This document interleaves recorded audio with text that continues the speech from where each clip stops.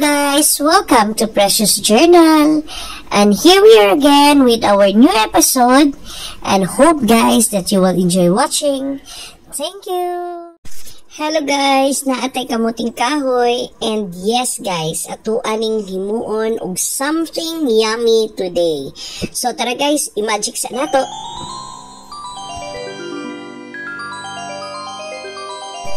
O diba guys, perfect kay nakat ng atong kamuting kahoy, so walang kahirap-hirap. So ngayon guys, atuan na ning i-blender kay kapoy kaayo magkagud og kamuting kahoy guys. And this is the simplest way para atua siyang ma-grate or makagud ang atuang kamuting kahoy. So, gamitan nato og blender. First nato imoon guys, butangan nato og tubig kay syempre di ta gusto ma-stuck dira ang atong mga kamuting kahoy kay medyo gahi bayan na siya, di ba? So, while preparing, mao na siya guys, duha ka baso nga tubig ang amo ang nibutang and half kilo or depende sa capacity sa inyong blender guys ha. So, butangan nato og amo ang natadtad nga kamuting kahoy. So, while nag-ano siya guys, while ginabutang ni daddy, ato siyang itakloban. Para dili supod mag-splash ato ang nawong guys no ang tubig. So, let's start blending. Hantod nga very, ano na siya, very smooth na ang consistency. Okay? Dili ni kaya sa blender guys, tabangan na tong blender. So, yan guys, kailangan ninyo itabangan ang inyong blender para dili masira guys. Okay? So this time, nag-work na siya. Yan.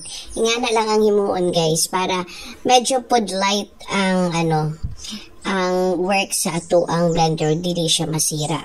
So after nato siya ma-blend guys, salaon nato siya para dili na pud ta magpuga, di ba? After that, ang katong kasaba nato nga ni drain nato ganina is mao na ni siya.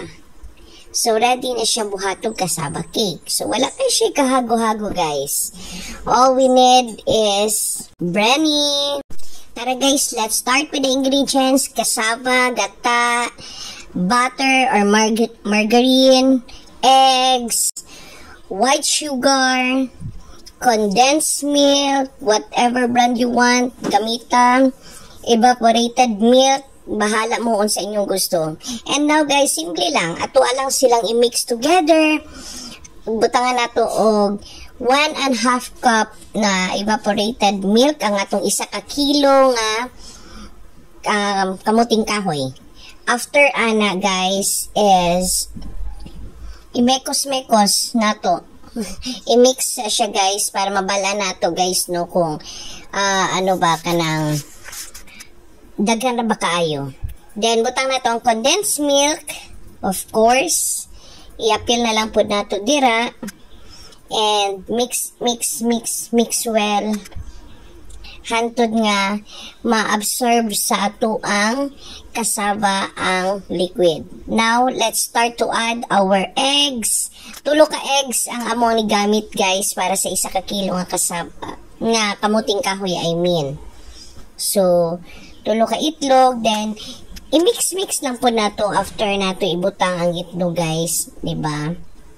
Para ma-absorb na siya sa ato ang kasaba ang ang mga liquid para maglami gid kaayo ang atuang kasaba cake. So yan.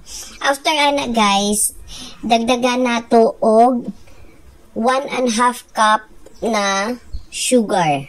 White sugar atong gamit guys because kung brown man good, kung kanang malipat gani ka na halaka luto na ba ni? Kay nag-brown naman. So, mas better good na white ang gamiton. Pero, option na ninyo guys. Bahala mo sa inyong gusto.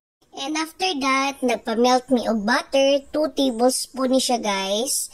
So, ibutang ng pud nato. Then, after ana, syempre, i-mix na pud nato guys. More mixing, mas better. Then, last na nato ibutang guys ang atuang gata. So, ang atong gata is dapat katong pinaka-pure na gata, guys.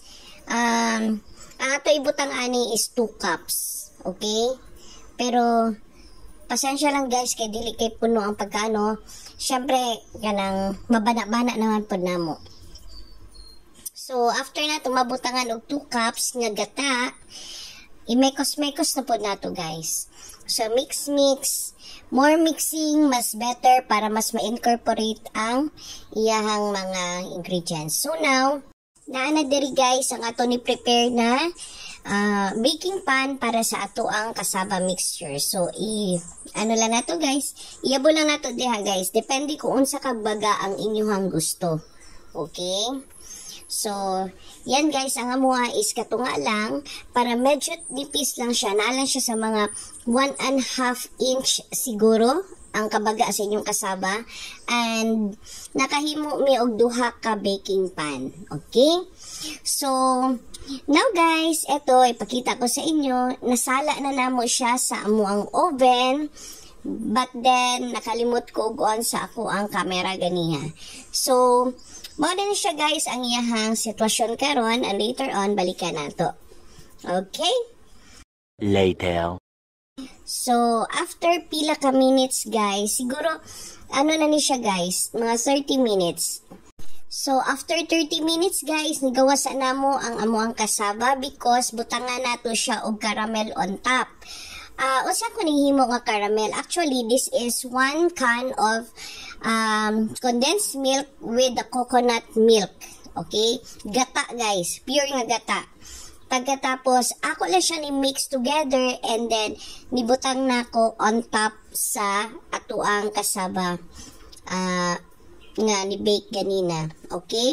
Pero actually guys ha, dili pag yun niluto ang atong cassava cake guys. Igawas lang din mo siya because kailangan mo siya butangan og caramel sa taas. Okay? Kung gusto mo ka na ganing makita ninyo guys yung murag very creamy kay sa taas. Oh, mao na siya guys. Ginabutangan na siya og caramel mixture, gata og condensed milk.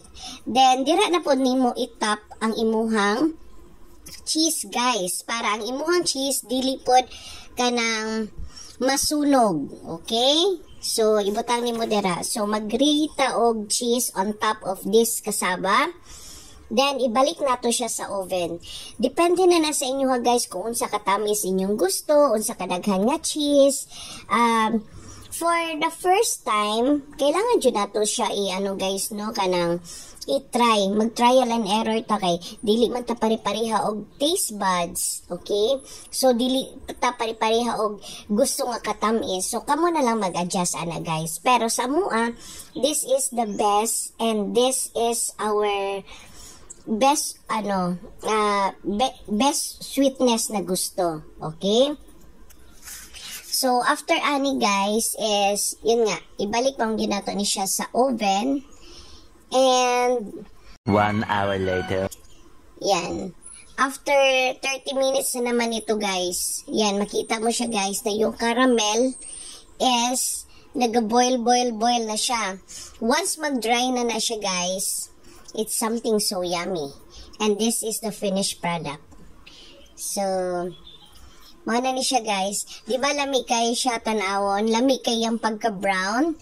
Lami kayo ang yahang pagka-caramelize sa taas. And I swear guys, this is perfect. Wag yung ko na ngatik guys. Lami kayo ni. So, kada lang guys.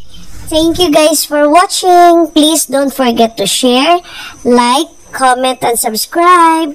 See you on my next upload mga ka-journal. Thank you. Amping ang tanan. God bless.